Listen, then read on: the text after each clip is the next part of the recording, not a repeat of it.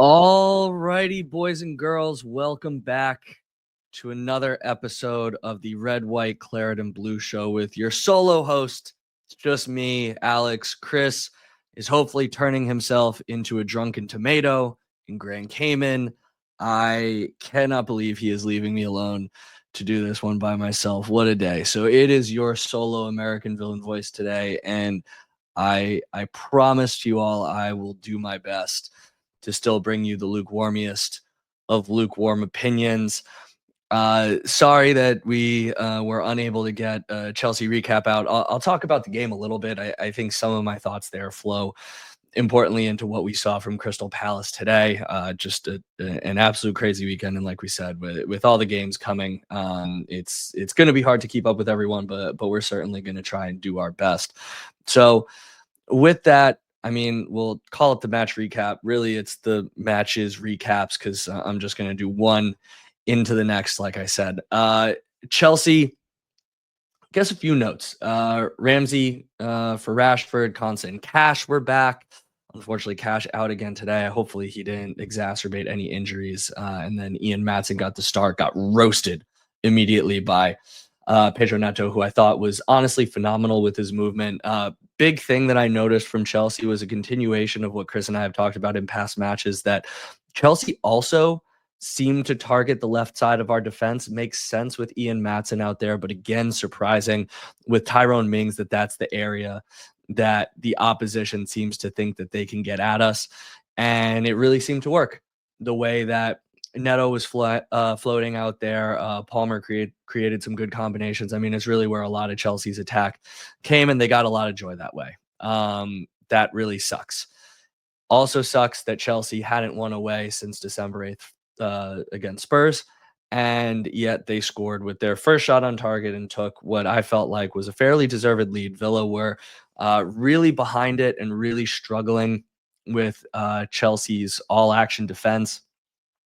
I think part of the struggle here was the fact that Rodgers and Asensio both playing that center attacking mid, right wing, interchanging, all that kind of stuff. They haven't necessarily figured each other out yet. And so in the first half, what you were really seeing was Rodgers drifting to the center to try and pick up the ball, Asensio already there to pick up the ball.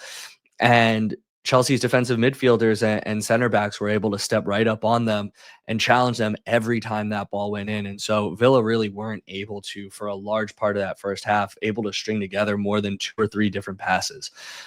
Good tactical adjustment at halftime by Unai Emery to really emphasize to Rodgers to stay wide.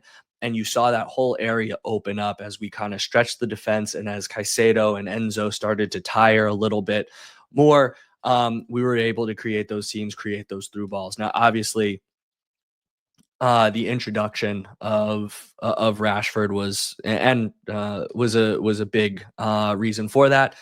Played great. That's what you bring him in for, that offensive ability. I mean, that body control to adjust for the first goal. The cross comes in, Gusto gets the touch on it, and the way he kind of falls back and shifts from going to a shot to playing that across net, beautiful. At the same time, you certainly lose a lot going the other way, and you saw what happened when Ramsey was removed. What little defensive cover that Ian Maatsen had unfortunately went away, and so you saw them working around him with even more ease. So certainly a bit of a trade-off there. Also don't love the fact that Ian Maatsen over a few different games now continues to get roasted to the byline. He really seems to want to jump on that inside cross, and so guys are able to cut back and beat him and play those cutbacks in fairly unimpeded. So you're surprised at that because of how quick and how fast he is, so much better than Luka Dean, but clearly he's got to work on his defensive reading of the game and not necessarily be so aggressive. Now, the other big thing coming out of this, Mings obviously goes down, non-contact injury, tries to gut it out. You could see he basically was just trotting around the pitch and was ultimately withdrawn. I was very surprised to see him on the bench today against Crystal Palace. I don't know what role he's going to play for this team for the remainder of the season, but it's something that we had to be prepared for. As I said repeatedly at the beginning of the year, we're not getting the old Tyrone Mings back. These big injuries tend to cascade. You saw it with Boubacar Kamara, the issues in his hamstring because of the reconstructed tendon. Mings is a decade older than Kamara, or very nearly so. And so, his body is not ready for all these 90 minutes. And I'm sad to see it, but I'm not necessarily surprised that's what's ultimately happened and will potentially end Tyrone Mings' season. Um, what I really want to talk about with Chelsea, though, and this is something that is going to really pivot us into Crystal Palace, and I'll kind of stop it here, is the fact that as emotionally good as that win over Chelsea felt, once again, this was a game that you have to feel like was given to Villa. Villa didn't take it, right? Chelsea get the first goal while Villa's under it. And yes, we had our opportunities, absolutely.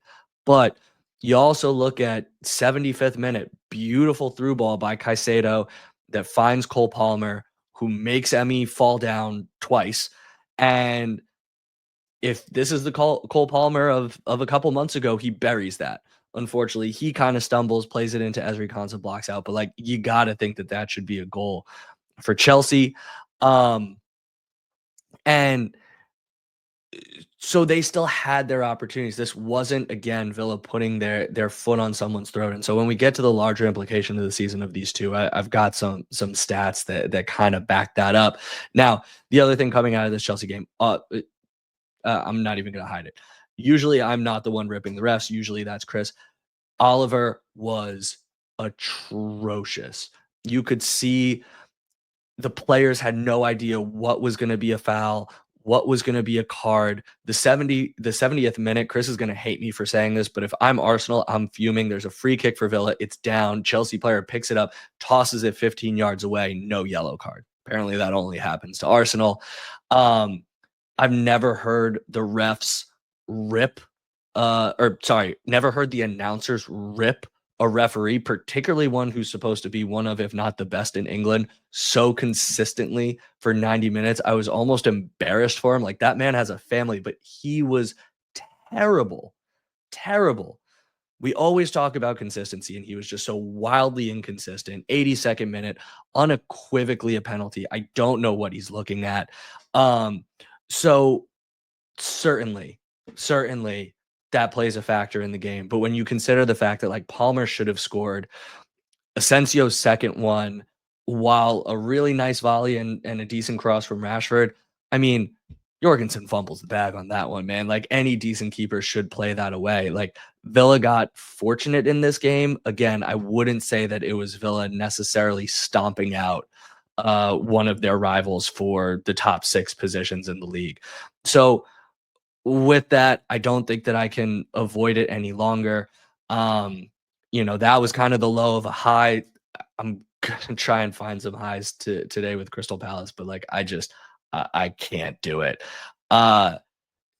This season, I haven't really seen these stats make the rounds, so I'll just kind of read these out as evidence of what the Crystal Palace team we were facing today, and kind of the duality of their performances this season. So coming into this match, by match week 8, Crystal Palace did not have a win. 3 draws, 5 losses. Okay. They were 18th in the table. Yes, a couple weeks later, they actually dropped to 19th, but they had won by then. So I started all these calculations from basically week 9 onward. From match day 9 to 26, they're actually 6th in the form table, probably higher now after the victory today, with an 8-6-4 record, a plus goal differential. Over that same period of time, match week 9 to match week 26, Villa are 12th, 6-6-6, -7 goal difference. Now, how has Crystal Palace gotten to this record? Well, they're doing it away from home, actually, not at Selhurst Park. Away from home, they're 6-4-3, and that's over the whole season. So if you remove those 8 games again, they're undefeated away from home since match week 9. 6 wins, 3 draws, no losses. Now at home, they have not been great. They've been decent, but not great. So they're 2-5-6 at home. And again, when you remove the 8 matches, 2 wins, 3 draws, 4 losses. Only won twice at home all year, even while they've been good. And yes, they've won 4 of 6, but again, a lot of away matches where they seem to play better. So, yes, we've played them twice, and we've only gained 1 point from those. We lost in the cup in a match that actually I still believe that we should have won. We kinda threw that one away. And then a probably deserved draw earlier this season. But regardless, we've only taken 1 point from them. And yet they've only won twice at home. So I just I don't understand why Unai went into this match with the tactical approach that he did. You've seen his comments in the aftermath saying we wanted to go in and stop them from doing what they want to do. Do what? They lose. They don't impose themselves at home. And so I'm gonna kind of hold my hand up here and say I have said multiple times this year that I thought potentially we could experiment with a 5 at the back system, that it could potentially counter what some teams were trying to do. Not a team that's shooting the gaps like this and the way that their wingers play. 2, not in an away match like this when you need to kind of take the initiative to them. And 3, I'm not introducing a 5 at the back system on 3 days rest from a game that, while I, yes, did just say wasn't necessarily our best performance, at least there was momentum and optimism coming out of it, right? Big victory over a big team. Why are you now sitting back and inviting the pressure on from a team that has fairly lethal attackers in Eze, Mateta, Star, not really otherwise, except for when he plays Villa. Um, but great players going forward. Why not try and get at them at the back? And there's so many ways that we were ripped apart and feels like we just got it wrong. So just a few. Players have no clue what they're doing. You look at the 39th minute, the way that Ezri Konsa, our central center back of those 3, gets pulled up, allowing so much space behind him, clearly unfamiliar with the system. You've got to maintain that kind of teacup shape with your center back staying back. He can't be running out there. And that's why they were getting so many through balls and running in on us. You doubled down on the formation with Bailey at right back. Bogard cannot play a pass to save his life. You saw one of their goals come from the fact that he played an awful ball in to, I forget who was our left midfielder at the time. Might have been Ramsey, might have been Rashford. Either way, plays it in way too fast, way too far off his right foot, and all of a sudden Crystal Palace are going the other way. I still would have probably moved him to right back, and if you really want to get Garcia out of there and put Leon Bailey a little bit in front of him. We've complimented Leon Bailey's defensive effort this year. That doesn't mean that he's a good defender. It's that he tries, particularly for a right winger. And say what you will about how ineffective he was today, because he was awful as a right wing back. But like, at least the dude tries. At least the dude cares for the shirt, much like Matty Cash.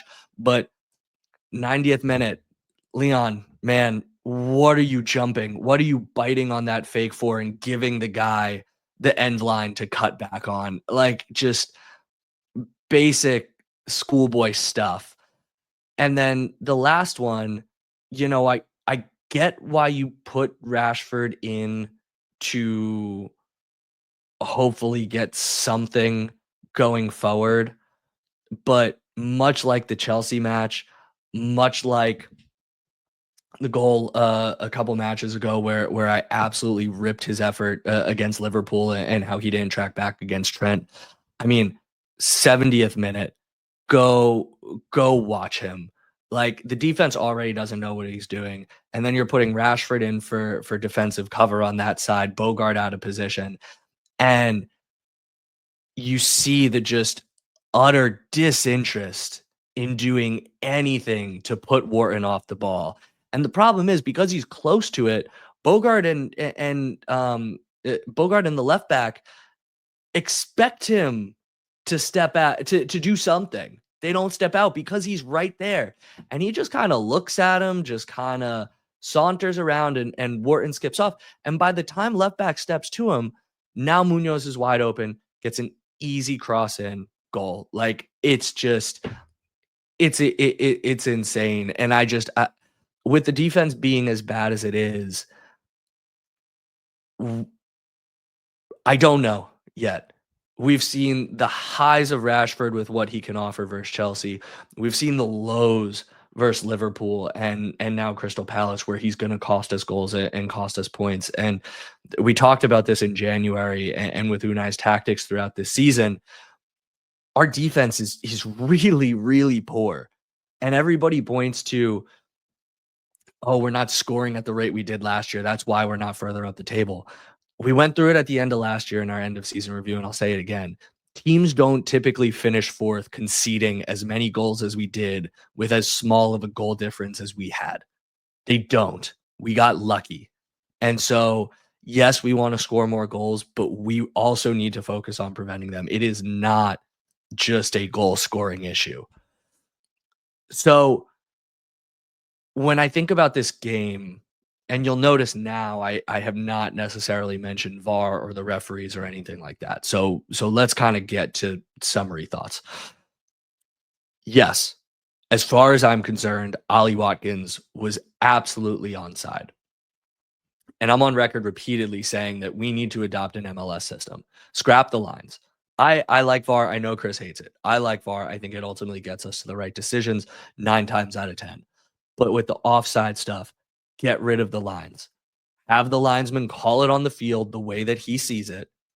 And then you look at VAR, and unless it is clear and obvious, not microscopic lines, naked eye at live speed, unless it is obvious, the call on the field stands. And by that logic, Ollie Watkins would be onside.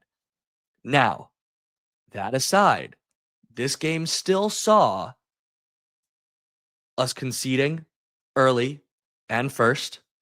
It saw us get outshot 19-6, get outshot on goal 6-2.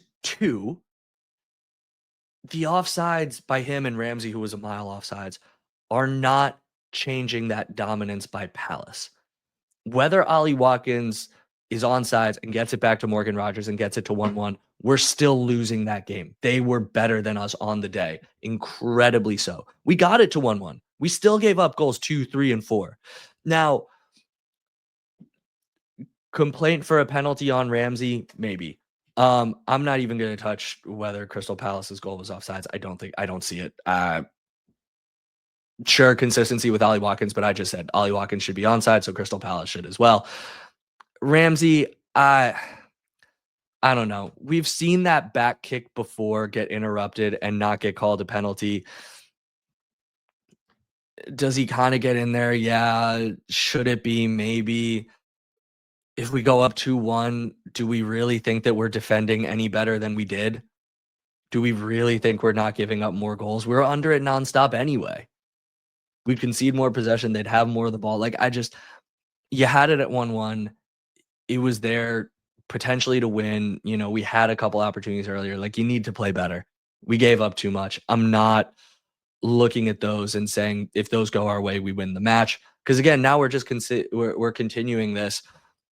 We got potentially outplayed or got given the game by something else. And I don't want to have that. So at the end of the day, I think there's some fairly fair criticism online. Unai came against a team that's not good at home and played not only conservative, but confused. And his lineup and tactical decisions led to Aston Villa's failure today. He'll get it right 9 times out of 10. You've seen in the recent weeks how even if we couldn't quite finish, the team was at least clicking in some ways. Like I said, we weren't necessarily taking games, but you could see the patterns of play there. You could see the way we were working through the lines, integrating the new guys, creating some new ways of creating opportunities. And I don't know why you change it now against this team. I have not seen an explanation from him. other than, again, the wanting to stop Crystal Palace from doing what they're doing. I don't get it. Now, what I also think is that he very much is, Chris and I said he should be prioritizing the FA Cup on Friday. That's why you didn't see Rashford. That's why you didn't see Asensio. Matty Cash gets a break. Luka Dean, I guess, doesn't play, the full 90, although we did need to score. Mullen not in. So hopefully we go all out on Friday, and maybe Unai is kind of conceding the league at this point, just seeing how difficult it's going to be to make that climb up the table with 10 matches to go.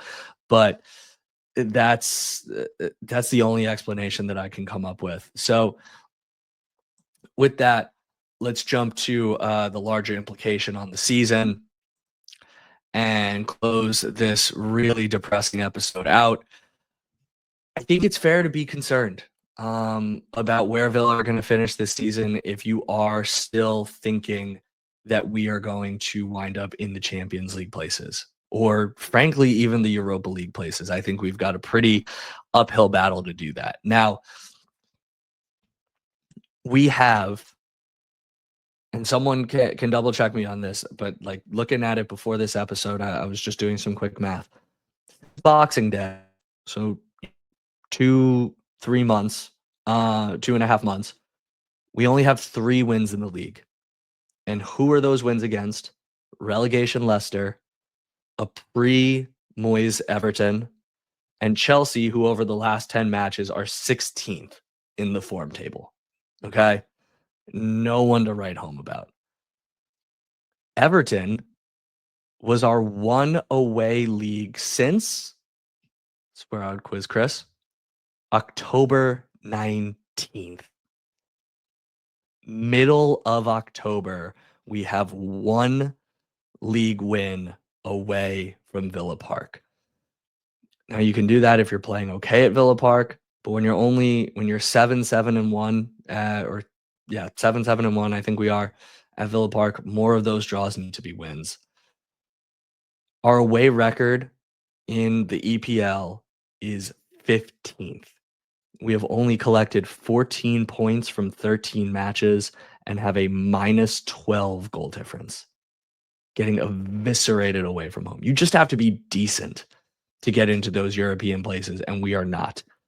We have the 5th worst defensive record in the division. Again, don't talk to me about scoring more goals.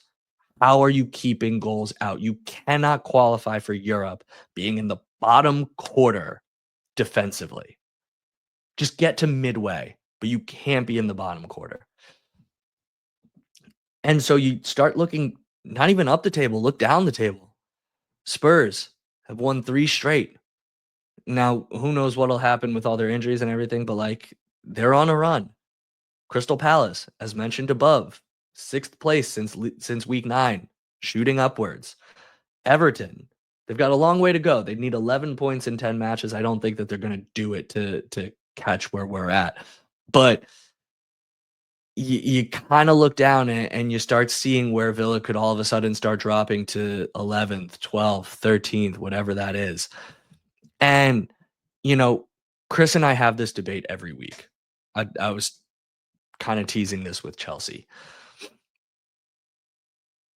Is it better to just pick up points no matter how you get them, or do you need to see the performance?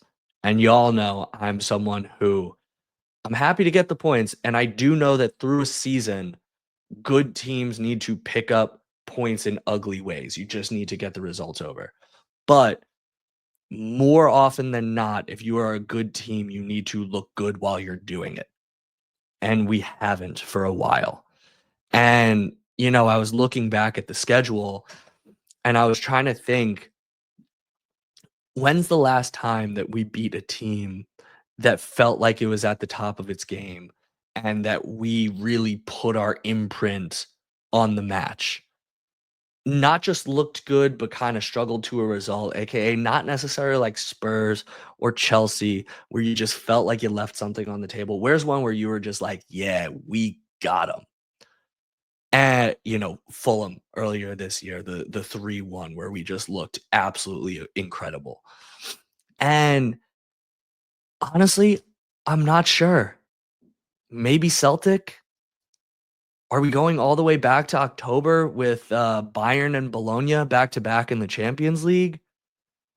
If you feel differently, like, please slide tackle into our DMs and let me know. I'm actually very curious. Like, when is the last time that Villa won a match, looked good doing it, and you felt like, yeah, crushed them, not left something on the table, crushed them. And if it's something other than those, like, yeah, I'm real happy to have the discussion. But 10 matches left to go in the league. The teams around us have 1 or 2 matches in hand, so table's gonna continue to move. I don't think it's worth reading out that we're still in 10th.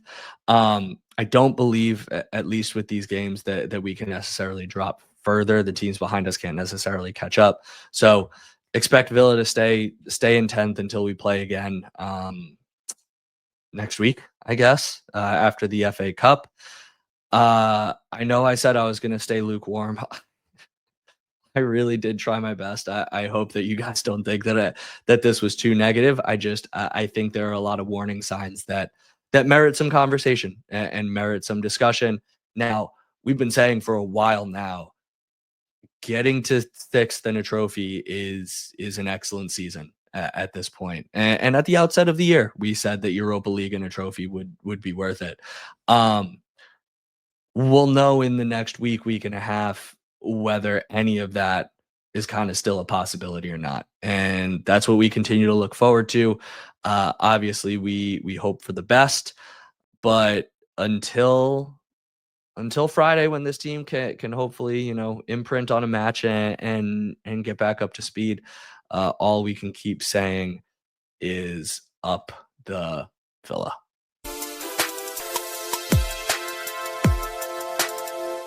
Hi, Mom and Dad.